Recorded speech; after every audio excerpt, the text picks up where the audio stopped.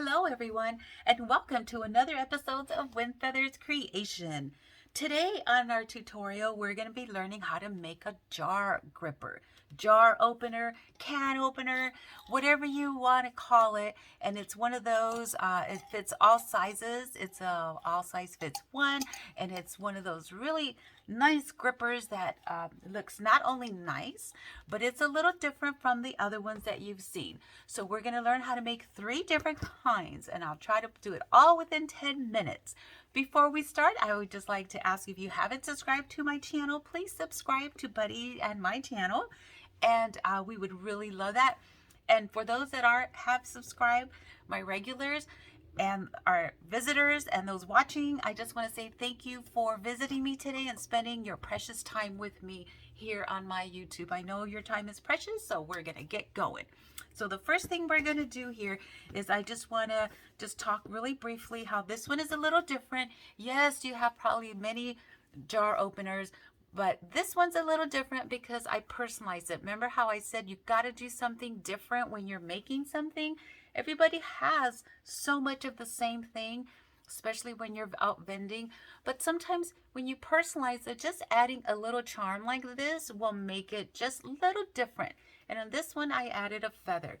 So we're going to start with how I made this one here. Very easy, very simple. This is the fabric that I cut the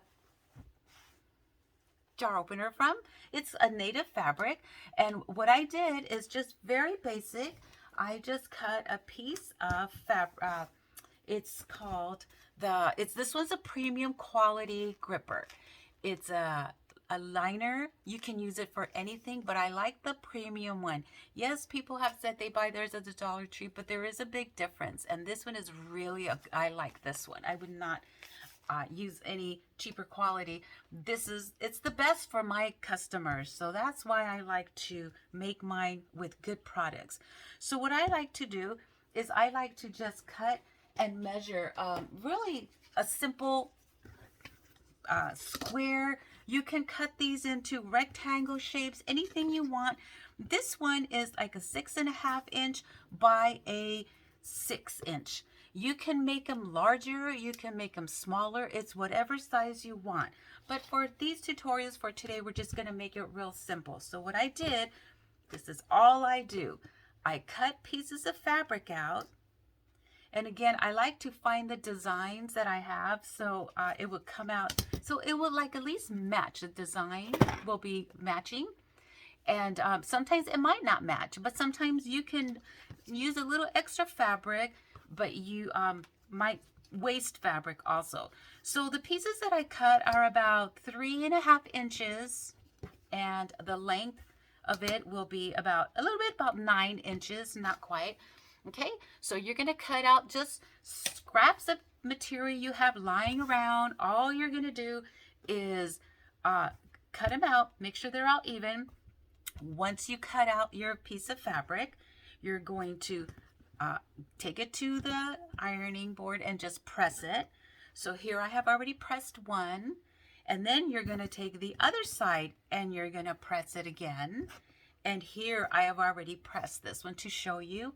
So then you're going to fold it over and make sure they're all even. And then this is what your one section will look like.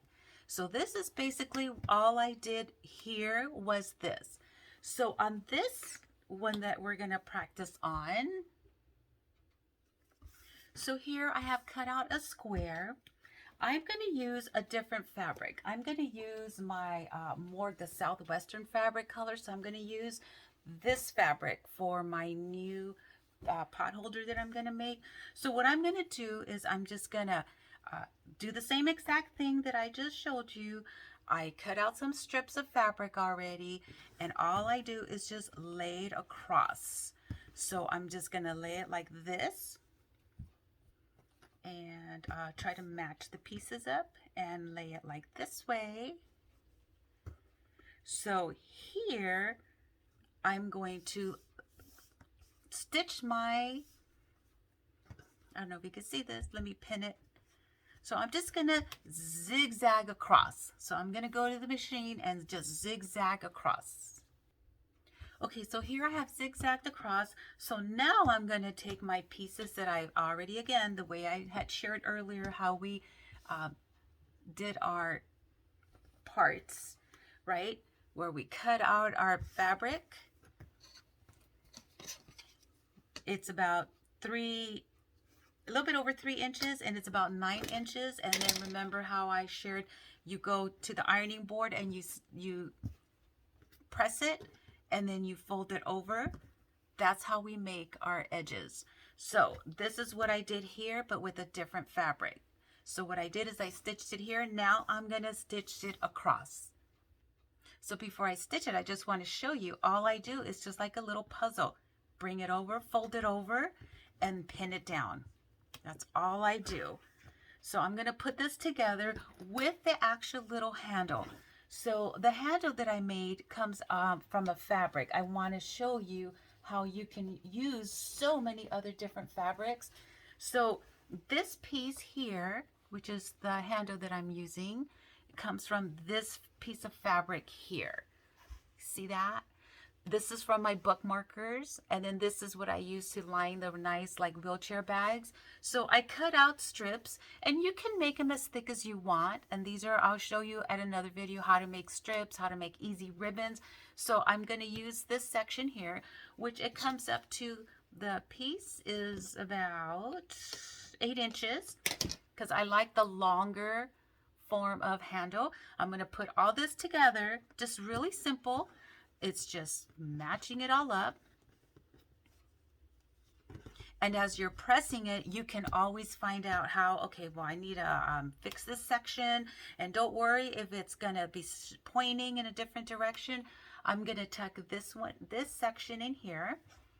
Okay, again, that's all I did. I opened it up and I'm tucking it in. And now I'm going to stitch all across and in the inside. And I'll be right back. So there you have it. So now we made our first little native style gripper. And I just hand sewed a little tiny little feather that can go back and forth. So you don't want your charm to be in the way, especially if you're opening a big jar, right?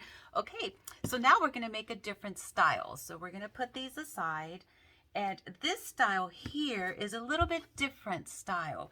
So what I do on this one, I'm going to show you the example here, is I, again, take my fabric, scraps of fabric. Sometimes you have some long lying around fabric.